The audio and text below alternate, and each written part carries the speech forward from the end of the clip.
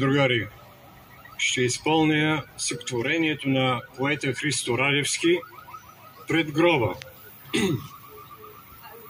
Стоя в почет пред стария гроб затревясал и вятърът тихо строи, далече от нейде довтасал.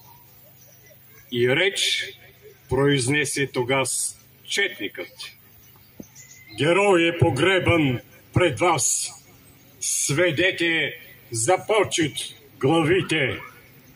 Загинал е в лютия бой през 25-та година. Мечтал и воювал е той за нашата днешна родина." И ние стояхме и в смут оглеждахме гроба, венеца, смутени от страшния труд, от страшната смърт на бореца.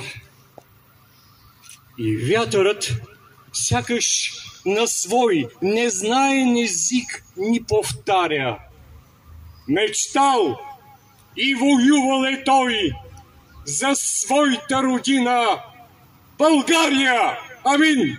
Амин! Амин! Браво! Браво, Владо!